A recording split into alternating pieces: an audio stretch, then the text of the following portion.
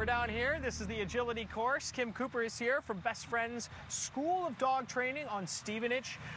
Good morning to you. Good morning. This is quite the course you've set up here. You guys have done a great job. What does the school offer in terms of dogs? There's training and a whole bunch more, isn't there? Sure. We offer all kinds of basic training for pet dogs. So just raising a puppy with good social skills right up to competitive obedience. Yeah. We also offer a lot of dog sports. So we've set up an agility course here today, for example. Right, and this kind of thing reinforces the regular training? This is a great thing, especially for young dogs, because young dogs, they don't want to do a whole lot of sit and stay. They need to learn how to do it. But more importantly, they need to learn how to respond to their owners. So by doing agility training, they are responding to their owners, and yet they're doing it in a way that works with their energy and their age. Any activity you do with your dog reinforces and strengthens the relationship between you and your dog, right? Absolutely. All training it's not necessarily about the tricks or the skills. It's about the attitude, where the dog learns to value your opinion, right, and learns to look to you for direction, and to defer to you when you have things that need to happen. Let's talk about the dogs and their owners right now. If we can, who's running the course right now? Right now, that's Elizabeth Delaporte with Mika. Mika is a 3-year-old Cavalier King Charles Spaniel. Yep. And she's one of our younger dogs here in terms of experience. This is Elizabeth's first dog. Okay. And she's just about ready to start competing in the sport. Oh, she's fun. just on the edge. Then next we have a beautiful Sheltie. Right. This is Beckett, and he's running into the tube right now. And he's running with Helen Stewart. And okay. Beckett is 2 years old. Whoa. But Helen has got a lot of experience in the sport of agility. This is her third agility dog. So once you know how to train a dog, things move along really quickly. And finally, another Sheltie here. We have another Sheltie. We have Bandit. Okay. Bandit's 4 years old. And Bandit is owned by Marg Ravine.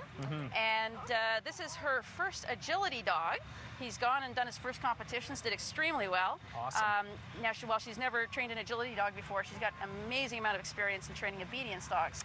But this has been a new adventure for her to learn how to do this. That's kind of nice, broadening her horizons, right? It's a completely different thing. There's a lot more teamwork in agility than there is in obedience. And once again, that's only going to help her skill set with dogs. Absolutely. Yeah, and she's had a kick doing it too. Now, there are no rules for really the owners. Anyone can do this, is that right? Correct. Anybody. There's handlers that are in wheelchairs. There's very, very young handlers. Cool. Anybody can do this. I love that. Now tell me what you look for in a dog, because there are some things that will stop dogs from doing this. Definitely. If there's health concerns, if the dog is sore, if he's got arthritis or bad knees or that sort of thing, we have to assess each dog and make sure it's in his best interest to do the sport. So I was reading up on the school itself, and you guys are big time about positive reinforcement, and you obviously value the dogs first. Sorry, owners.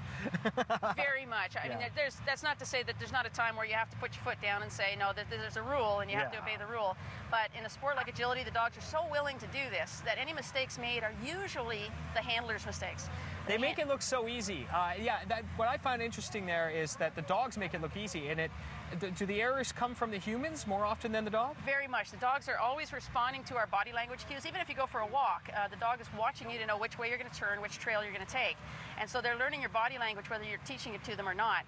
And it's the same in agility. You would swear you told the dog to go left and he goes right, and if we look at it back on a videotape, we'll say, no, you told the dog to do that. All he did is respond to what you asked him to do. Now look at how much fun they have, and I love when the dogs bark to respond. Look at that, barking, saying, yes, let's go. That's right. This is a very joyous sport.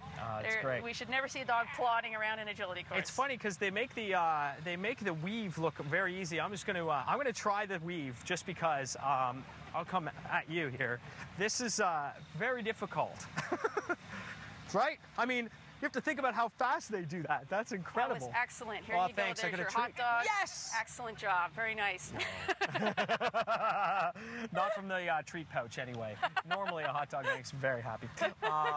So, Kim, if people want to get involved, they don't need any experience. We already mentioned that. But how do they find you? They can just contact us at through our website, www.bfdogtraining.ca. And we talked about the things that you do, but you in terms you do agility, yes.